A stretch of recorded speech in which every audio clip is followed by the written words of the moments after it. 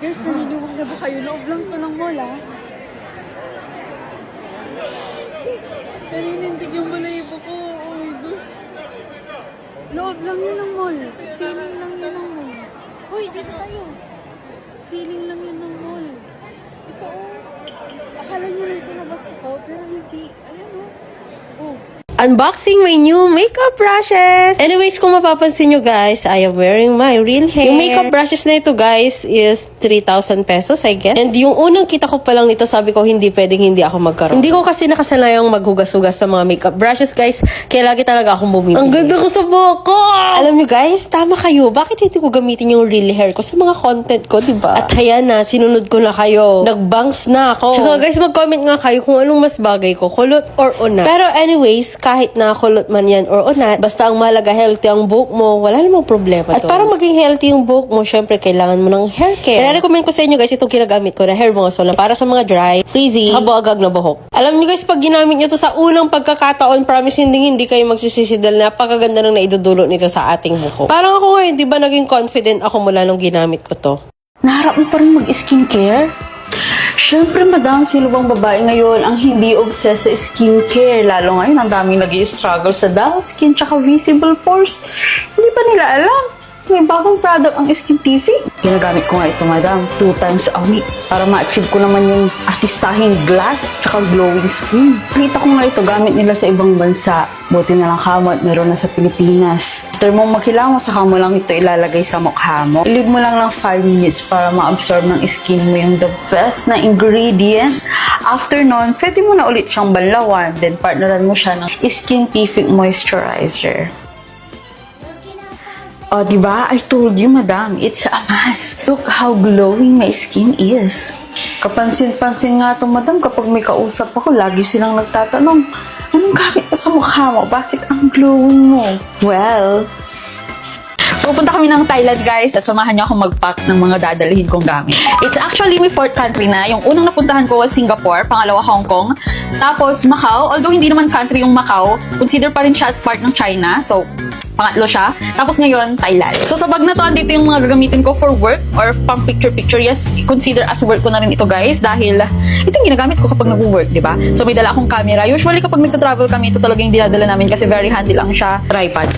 Yung tripod niya, parang extra memory card. Memory cards ako for camera kasi meron akong dalang charger ng camera, of course. Then, itong mic from Holy Land. Alam nyo ba, every time na nasa ibang bansa ako, lagi akong nag-crave ng mga Filipino foods talaga. As in, nung nakaraan, nung nasa Macau ako, ang crave kong food is galunggong na sinasawsaw sa toyo na may kamatis tapos may siling haba. Ganun. Tapos sabi nung tour guide, nung narinig niya ako na sinabi ko yon, sabi niya, ma'am, yan yung cravings na hindi mo talaga makukuha dito kasi walang ganun dito.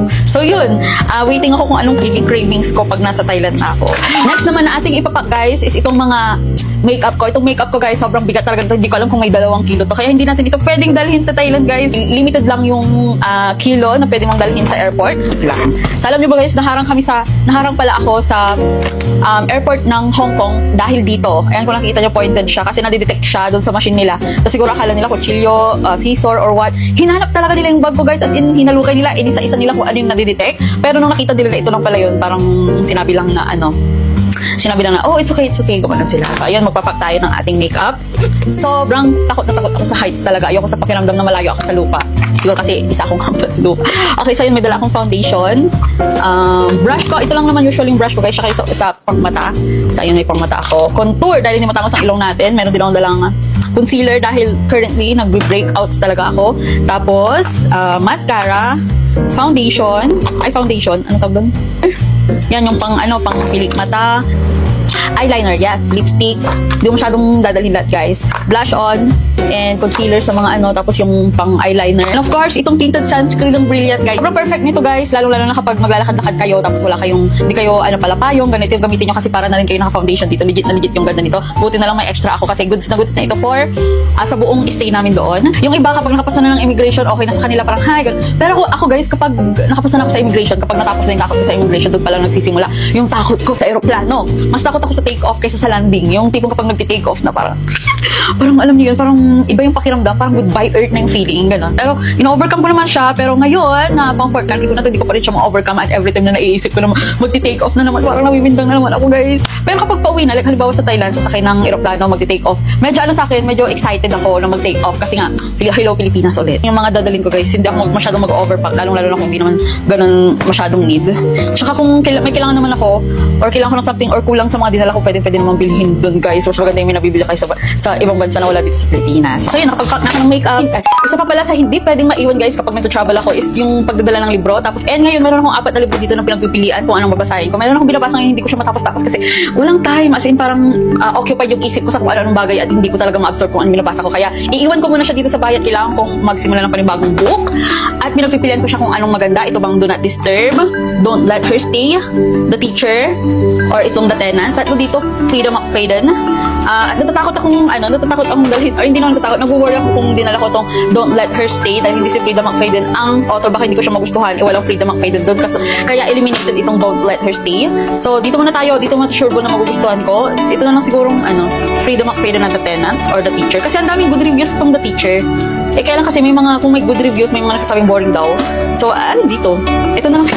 Okay, ito na lang The Teacher ang dadalhin kong libro. Pala sa mga fears ko, guys, when traveling abroad is yung language barrier. May time na nag-order kami ng foods, tapos hindi kami magkaintindihan or hindi kami magkaintindihan ng cashier kung anong order. Although may mga may mga menu, tapos sinabi namin yung order namin, tapos may sinasabi siya na hindi namin maintindihan. Although English, pero yung accent kasi, tsaka yung tono nila, iba, parang walang space, parang hindi sila humihinga, ganun, tapos hindi namin maintindihan. So, ilang beses kami nagpaulit-ulit, parang gumagano'n kami, nag-question kami kung ano sinasabi niya. Tapos ang ending, siya na lang yung pumili ng kung anong sinasabi niya. Tapos hindi rin namin nagustuhan kung ano yung binigay niya sa amin. Instance din pala, guys, sinasabi ng kasama ko doon sa driver ng taxi kung saan kami pupunta. Pero ganun pala doon sa ibang bansa, parang may iba din silang term doon sa place na yon, doon sa base sa language nila, ganun. Kumbaga, halimbawa, kung ang tawag natin is school, sa kanila hindi school, parang may ibang term sila. So hindi nila maintindihan kung saan kami pupunta. Kasi hindi siya Grab, hindi kami nag-book ng Grab. Nagpara lang kami ng taxi, parang nagbakasakali kami. Tapos hindi niya mag-gets kung saan kami pupunta that time.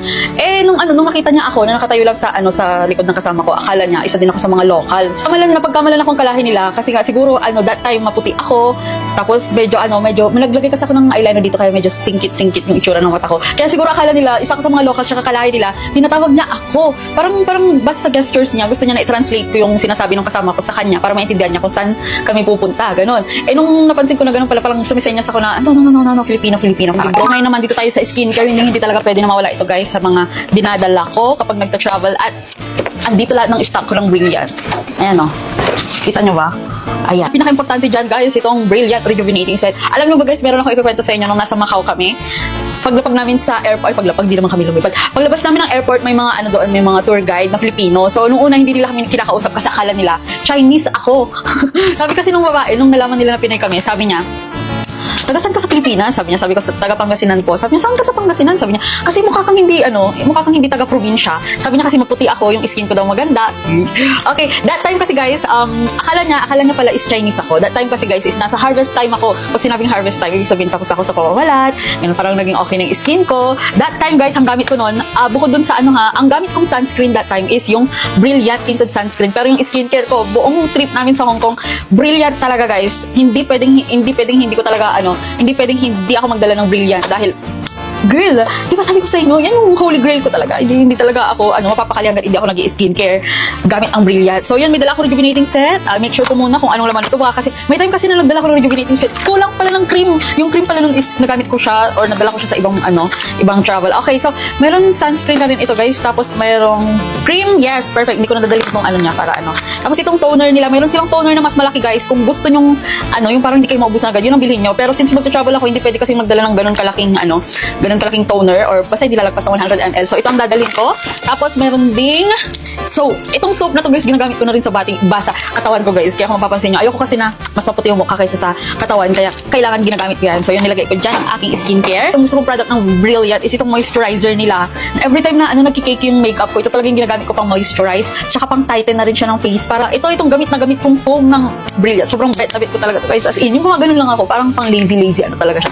And of course, kapag gusto ko namang mag-foundation, Ito yung ginagawa kong base ko, itong sunscreen nila guys. Hindi ako nagtitinted sunscreen. Of course, nagtitinted sunscreen lang ako kapag ayaw kong mag-foundation, kapag tamad ako mag-carry ng makeup. Pero kapag ano naman, gusto ko mag-makeup, gusto ko mag-foundation, ito yung ginagawa kong base. At perfect na perfect ito guys. Sunscreen na rin yan para sa lahat na nagtra-travel. Yun lang naman ang aking skincare na dati. Ito yung ginagamit ko sa katawan ko, kaya siguro ako ng pagkakamalang Chinese. Pag nagre-rejuve kayo or gumagamit kayo ng Brilliant Rejuvenating Set guys, syempre i-observe niyo yung sarili niyo, tingnan niyo tingnan niyo kung paano mag-react yung skin niyo doon sa ginagamit niyo. Tapos know when to stop na lang, hindi yung parang naninisip pa kayo once may mangyari masama. Kung hindi, iyang sa inyo, i-stop niyo, wag niyo gamitin, wag niyo i-continue.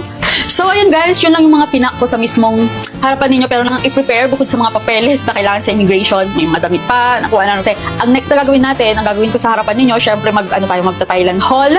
Ipapakita ko sa inyo lahat ng mga bibili natin sa Thailand. And, i-try natin or mag-uuwi ng mga snacks na galing sa Thailand. Tapos ita-try natin sila mismo sa harapan ninyo. Tapos titignan natin kung ano mas masarap, kung ano mas prefer ko ba ng snacks nila or mga snacks na. So, ayun guys, thank you for joining me and see you sa Thailand!